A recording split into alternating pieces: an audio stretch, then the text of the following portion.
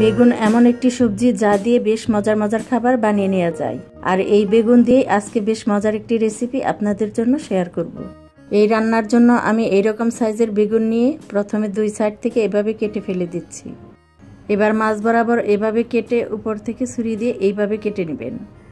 এতে মশলাটা বেশ ভালোভাবে ঢুকবে আর খাওয়ার সময় বেশ ভালো লাগবে।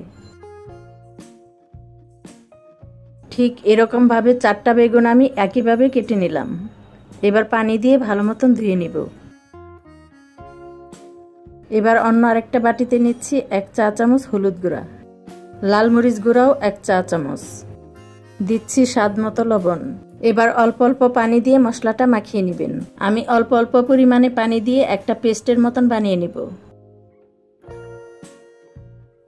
এবার এই মশলাতে বেগুনগুলো দিয়ে খুব ভালোভাবে হাত দিয়ে লাগিয়ে নিতে হবে। খুব সাবধানে মশলাটা এভাবে লাগিয়ে নেবেন আর খেয়াল রাখবেন যাতে বেগুনের গায়ে মশলাটা ভালোভাবে লেগে থাকে। সবগুলো বেগুন ভালোভাবে মশলা লাগানোর পর গরম তেলে ভেজে নিতে হবে। একটা প্যানে দিচ্ছি পরিমাণ মতো সরিষার তেল। তেল ভালো মতন গরম হয়ে আসলে বেগুনের পিসগুলো এভাবে দিয়ে দিচ্ছি। চুলার আঁচ মিডিয়ামে রেখে বেগুনগুলো একটু কড়া করে ভেজে নেবেন।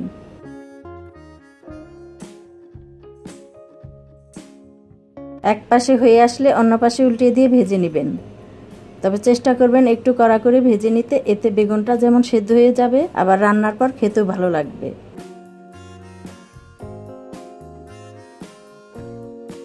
দুই পাশে উল্টিয়ে পাল্টিয়ে ভেজে নেওয়ার পর দেখবেন বেগুনের রং ঠিক এইরকম হয়ে আসবে, তখন তেল ঝরিয়ে উঠিয়ে নিচ্ছি। এই প্যানে আবার দিচ্ছি 2 টেবিল চামচ পরিমাণ সরিষার তেল। তেল গরম হয়ে আসলে দিচ্ছি পেঁয়াজ কুচি 2 টেবিল চামচ পরিমাণ। পেঁয়াজ দিয়ে নেড়ে একটু ভেজে নেবেন। পেঁয়াজ ভাজা হয়ে আসলে দিচ্ছি পেঁয়াজ বাটা 1 টেবিল চামচ, রসুন বাটা 1 টেবিল চামচ, আদা বাটা দিচ্ছি 1 টেবিল চামচ। এবার মশলাগুলো নেড়ে কিছুক্ষণ জাল করে নিতে হবে। এবার দিচ্ছি হলুদ গুঁড়া 1 চা চামচ, ধনিয়া গুঁড়া 1/2 চা চামচ, লাল মরিচ গুঁড়া 1 টেবিল চামচ, ভাজা জিরা গুঁড়া দিচ্ছি 1 চা চামচ। সামান্য একটু পানি দিয়ে মশলাটা কষিয়ে নেবেন যাতে কাঁচা গন্ধটা চলে যায়। এবার দিয়ে দিচ্ছি স্বাদ মতো লবণ।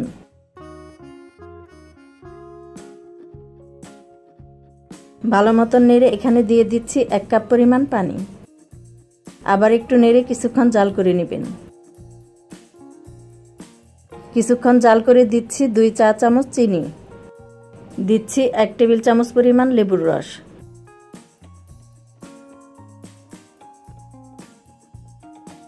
লেবুর রস দিয়ে আবার সবকিছু মিশিয়ে নেবেন। এরপর দিয়ে দিবেন বেশ কিছু আস্ত কাঁচামরিচ। আমি 6 থেকে 7টা কাঁচামরিচ এখানে দিয়ে দিলাম। কাঁচামরিচ দিয়ে 1 মিনিটের মতন একটু নেড়ে জাল করে নেবেন। এরপর এখানে দিয়ে দিবেন ভেজে রাখা বেগুনগুলো। খুব সাবধানে দিয়ে দিবেন যাতে দেওয়ার সময় ভেঙে না যায়। এবার চুলার আঁচ বাড়িয়ে 3 থেকে 4 মিনিট জাল করতে হবে। মাঝে একবার খুব সাবধানে চামচ দিয়ে উল্টে দিতে পারেন, এতে মশলাটা দুই পাশে থেকে বেগুনের গায়ে লাগবে। আমি খুব সাবধানে দুই পাশে একটু উল্টে দিয়ে জাল করে নিচ্ছি। এই পর্যায়ে চুলার আঁচ বাড়িয়ে রেখে জাল করতে হবে। ভালো মতন জাল করে নেওয়ার পর দেখবেন এরকম রং হয়ে আসবে, ঠিক তখন চুলা থেকে নামিয়ে নিচ্ছি। টক মিষ্টি ঝাল স্বাদের এই রান্নাটা দুপুরে গরম গরম ভাতের সাথে খেতে কিন্তু ভালো লাগে। খুব ঝটপট আর সহজ একটি রান্না, ভালো লাগলে বানিয়ে দেখবেন। আজকের মতো বিদায় নিচ্ছি, আবার হয়তো ফিরে আসবো নতুন ভিডিওর সাথে। সবাই ভালো থাকবেন, সুস্থ থাকবেন। আল্লাহ হাফেজ।